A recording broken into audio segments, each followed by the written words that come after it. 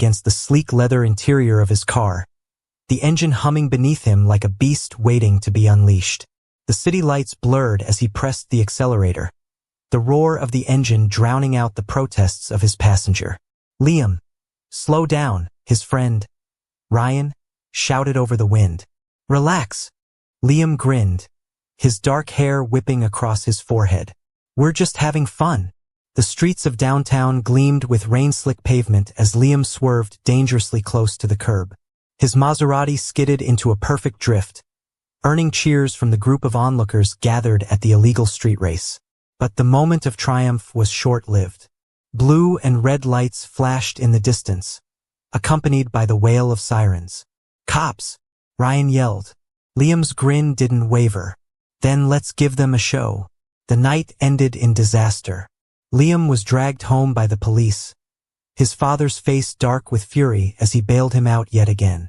"This is the third time this month, Liam," Robert Haynes said, his voice tight with restrained anger. "When are you going to grow up?" Liam shrugged, leaning lazily against the doorway. "I told you, Dad. I was just having fun." "Fun?" Robert's fist slammed onto the mahogany desk, making Eleanor flinch. "You've turned this family into a laughingstock. Do you have any idea what the media is saying about us?" Eleanor stepped in, her voice softer but no less stern. "Liam, you're not a child anymore. Your actions have consequences, not just for you but for all of us. Nate looks up to you. Is this the example you want to set for him?" Liam's younger brother, Nate, peeked around the corner, his wide eyes filled with both admiration and fear. Liam glanced at him but quickly looked away, guilt briefly flickering across his face before he pushed it down. "What do you want me to do?" Liam asked, his tone sarcastic. "Quit living my life and become your perfect little puppet?" Robert's jaw tightened. "You've left me no choice. If you won't take responsibility on your own, I'll make you." Liam sat in stunned silence as his father laid out the plan.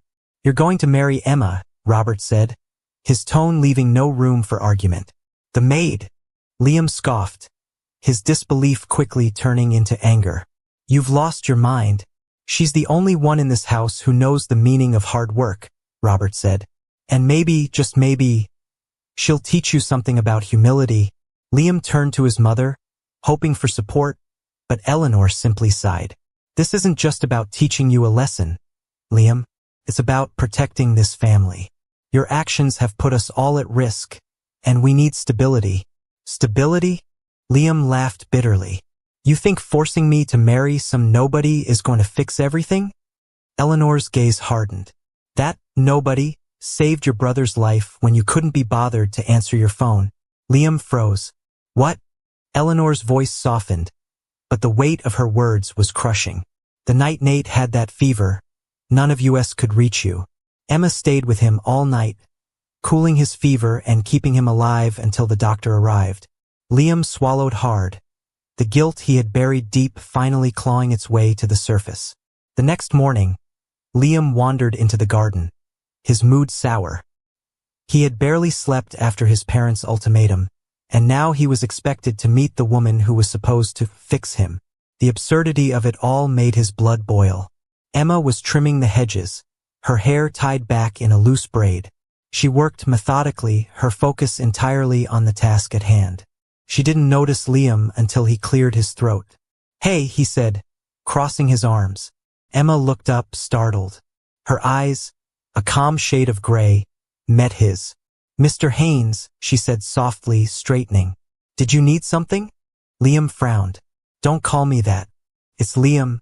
She nodded but didn't respond, waiting for him to speak. "So," he said, awkwardly shoving his hands into his pockets. "You're the one they want me to marry?" Emma's expression barely changed, but Liam thought he saw a flicker of discomfort. "Yes," she said simply. He studied her for a moment, searching for some sign of ambition or manipulation. "And you're okay with this?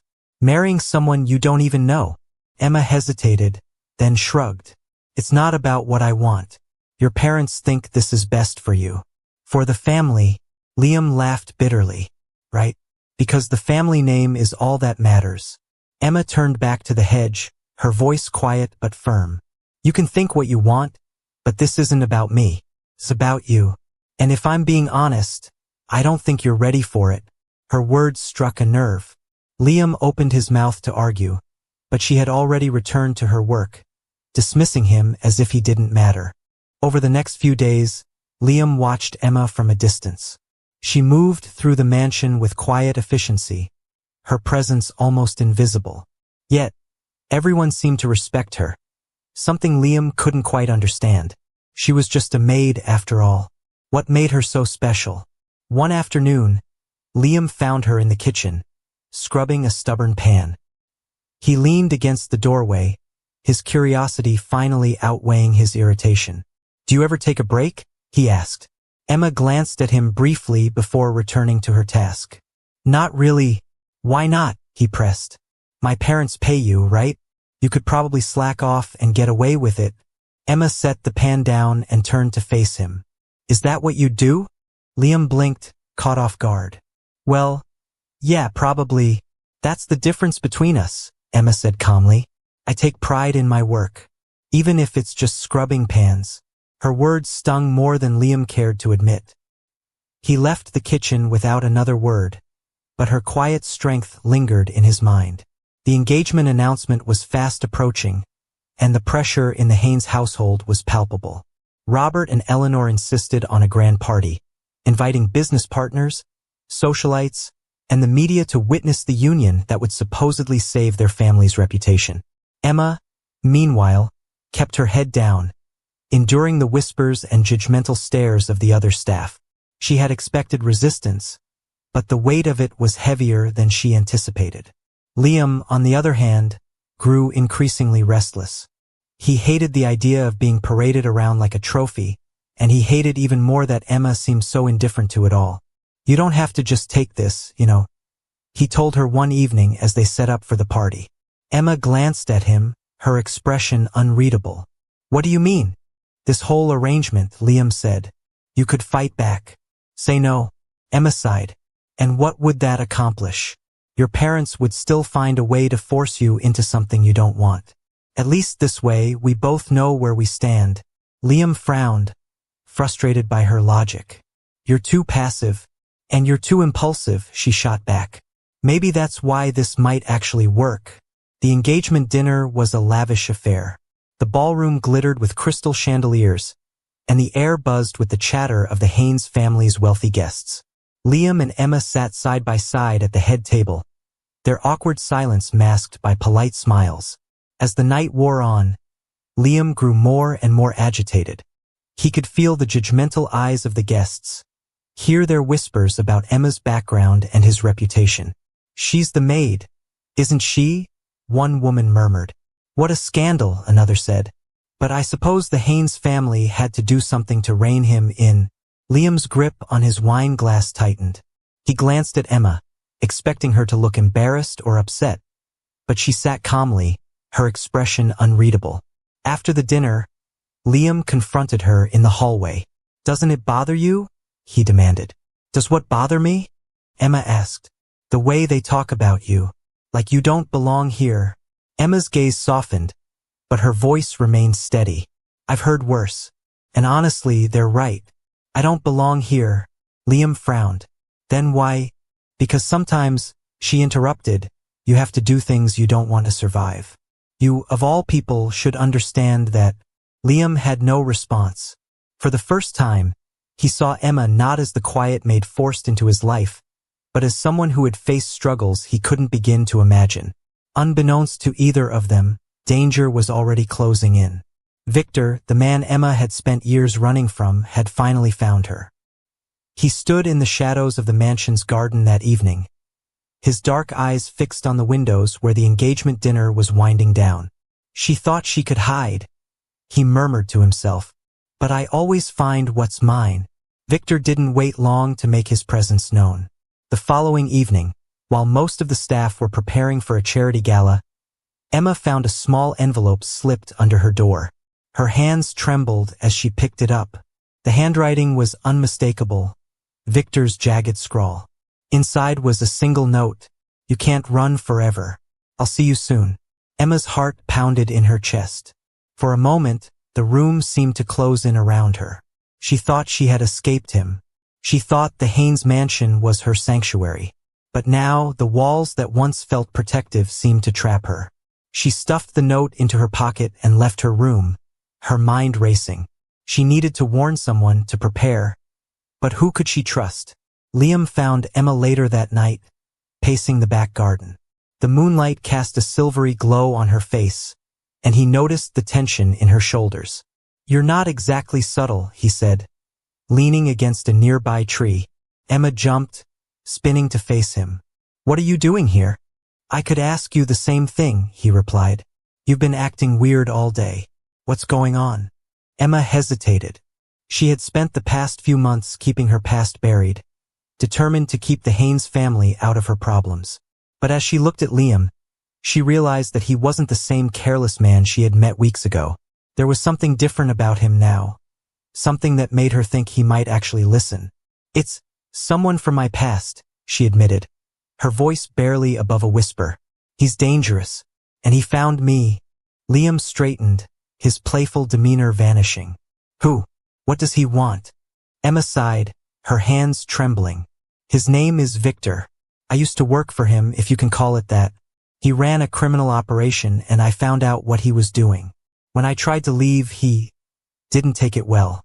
So, I turned him in, and now he's out for revenge," Liam finished, his voice tight. Emma nodded, tears brimming in her eyes. "I thought I could start over here. But now, I don't know if I'm safe anymore." Liam's jaw tightened. "You're safe," he said firmly. "As long as I'm here, no one's going to hurt you."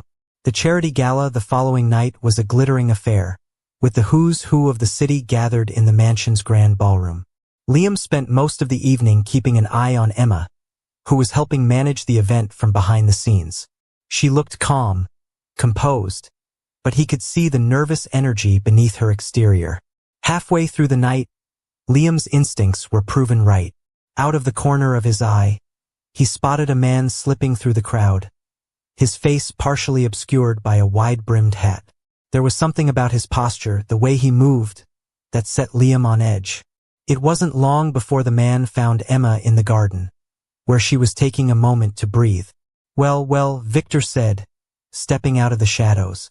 "The runaway bride." Emma's blood ran cold. "Victor," she said, her voice shaking. "I told you I'd find you," he sneered. "You've been playing house with the Haynes family, haven't you? Thought their money would keep you safe?" Before she could respond, Liam appeared behind her. His voice was low, dangerous. "You need to leave. Now." Victor smirked, clearly unimpressed. "And who are you?" "The babysitter. I'm the guy who's going to make sure you never come near her again." Liam shot back, stepping between Victor and Emma. Victor chuckled. "You've got guts, kid. I'll give you that. But you have no idea what you're getting into." Liam didn't waver. "Try me." Before the situation could escalate further, security arrived, alerted by Liam's earlier suspicion.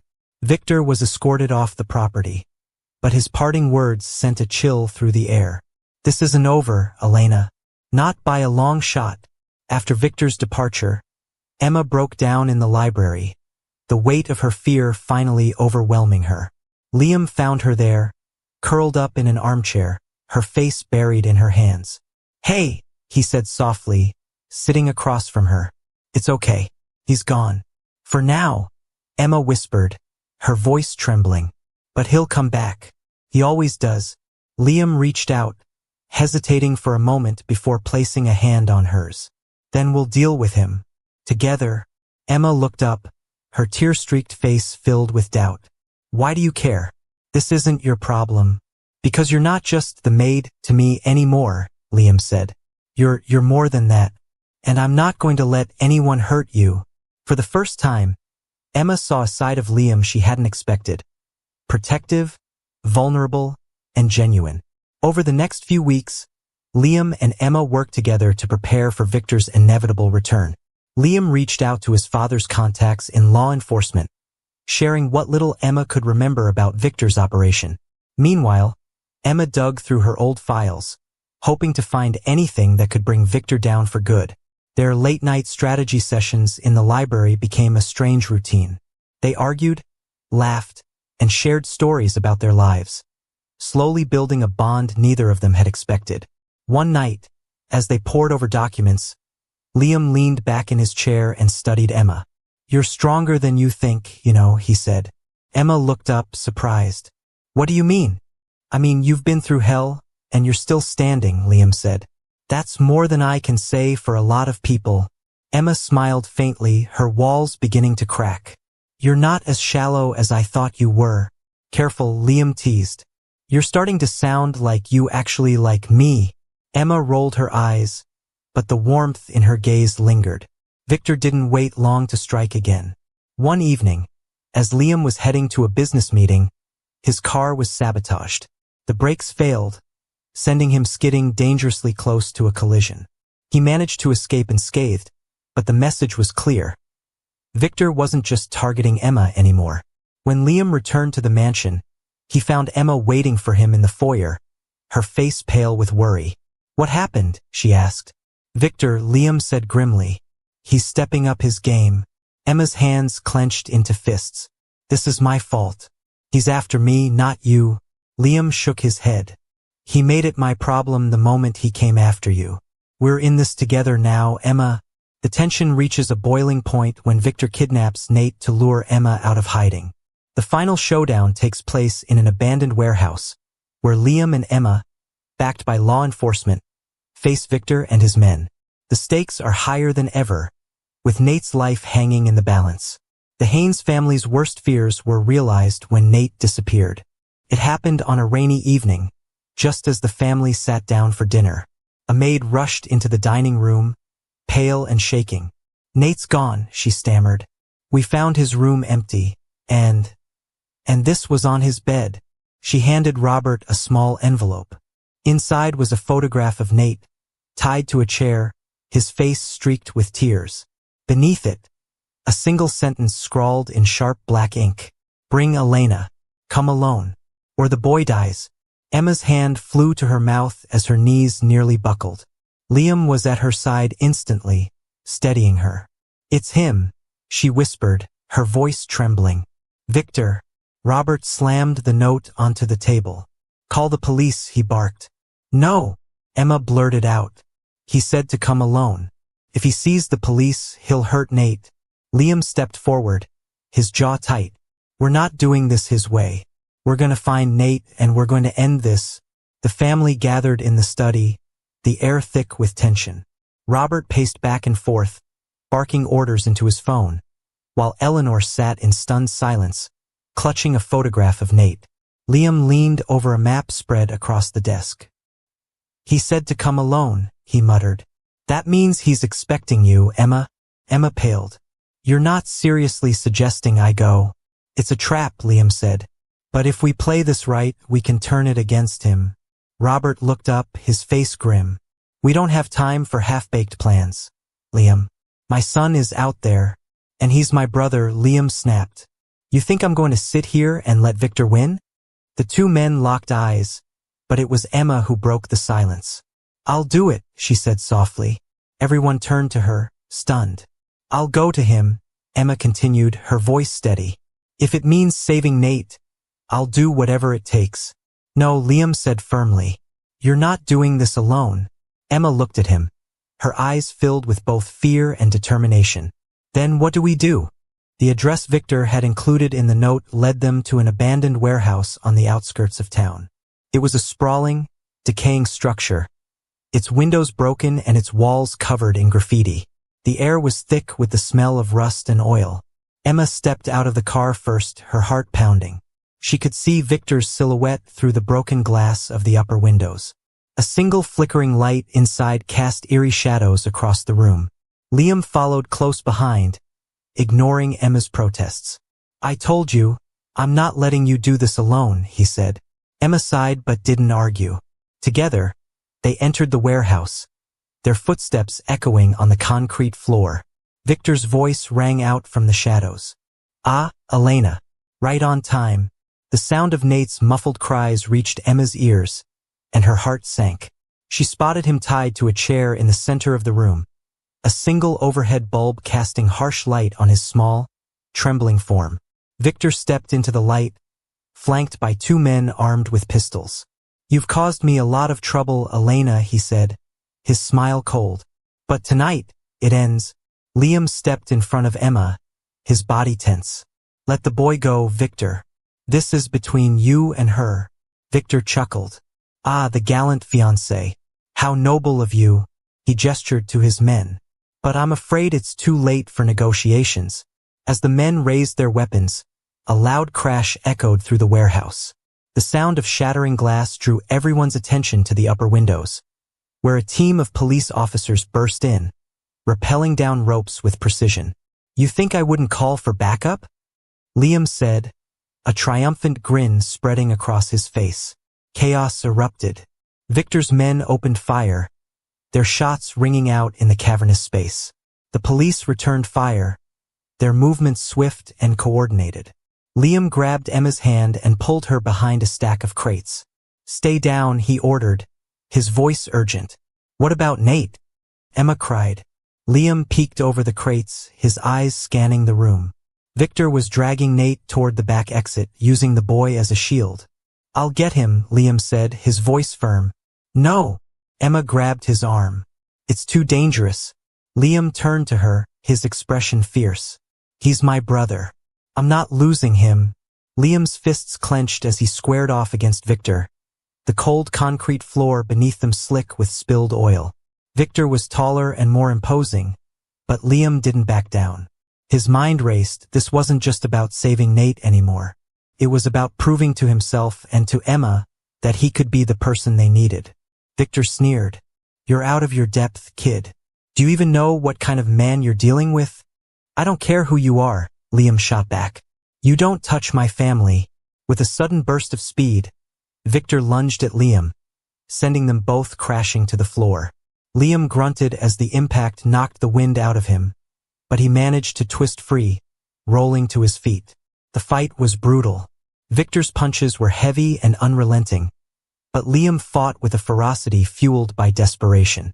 He dodged a wild swing and countered with a solid punch to Victor's jaw, sending the older man staggering.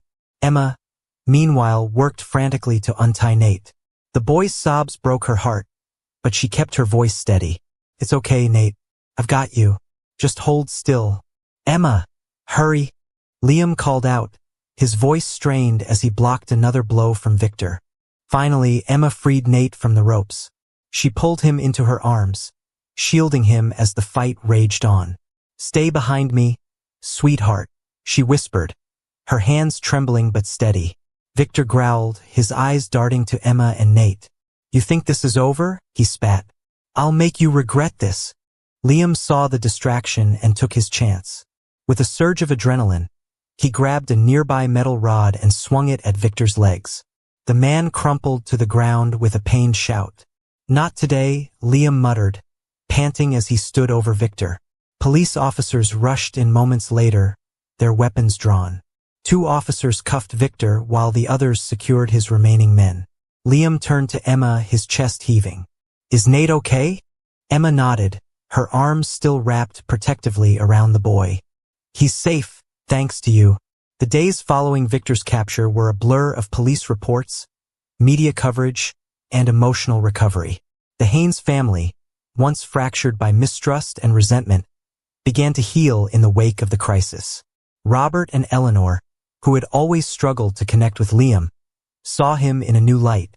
For the first time, Robert placed a hand on his son's shoulder and said, "I'm proud of you." Liam, unused to praise from his father, simply nodded. But the words stayed with him. Emma, meanwhile, found herself adjusting to a new reality. For years, she had lived in fear of Victor, always looking over her shoulder. Now, with him behind bars, she felt an unfamiliar sense of freedom. One evening, as she stood on the balcony overlooking the garden, Liam joined her. "You okay?" he asked, leaning on the railing beside her. Emma nodded. "It still feels strange. Not having to run anymore." Liam glanced at her, his expression soft. "You're not alone anymore, Emma. You don't have to face anything by yourself." She smiled, her eyes glistening. "Thank you, Liam, for everything." "You don't have to thank me," he said. "I should be thanking you. You've changed me more than I ever thought possible." The Haynes mansion was transformed into a haven of light and warmth for the wedding. The once forced arrangement had evolved into something genuine, something real. The guest list was small, just family and a few close friends, but the intimacy of the event made it all the more meaningful. Emma walked down the aisle in a simple but elegant gown, her steps steady and her heart full. Liam waited for her at the altar, his eyes never leaving hers. As the officiant spoke, Emma's thoughts drifted to everything they had overcome. Her fears, his recklessness, the danger that had almost torn them apart. But as she looked at Liam, she saw the man he had become. Strong, kind, and unflinchingly loyal. When it came time to exchange vows, Liam's voice was steady. "Emma, you've shown me what it means to be brave, to care about something bigger than myself. I promise to protect you, to stand by you, and to make you laugh when life feels too heavy. You're my reason to be better, and I'll never stop trying to deserve you." Emma's voice was soft but resolute. "Liam, you've taught me that not everyone runs when things get hard. You stayed when it mattered most, and you reminded me what it feels like to trust. I promise to stand by you, to believe in you, and to love you, for who you are and who you'll become." The applause was warm and genuine as they exchanged rings, sealing their vows. For the first time in their lives, both Liam and Emma felt like they belonged, together, as partners. In the weeks that followed, the Haynes family settled into a new rhythm. Liam took on more responsibility in the family business, proving to his father that he was ready to lead. Emma, no longer a maid, began exploring her own passions, finally free to dream about the future. One afternoon, as Liam and Emma walked hand in hand through the garden, Nate ran up to them, his face glowing with excitement. "Can we play soccer now?" he asked, tugging at Liam's sleeve. Liam grinned. "Only if you're ready to lose." Emma laughed, watching as the two brothers raced toward the open field. For the first time in years, she felt a sense of peace, a feeling that no matter what came next, they could face it together. And as the sun dipped below the horizon, casting the garden in a warm golden glow,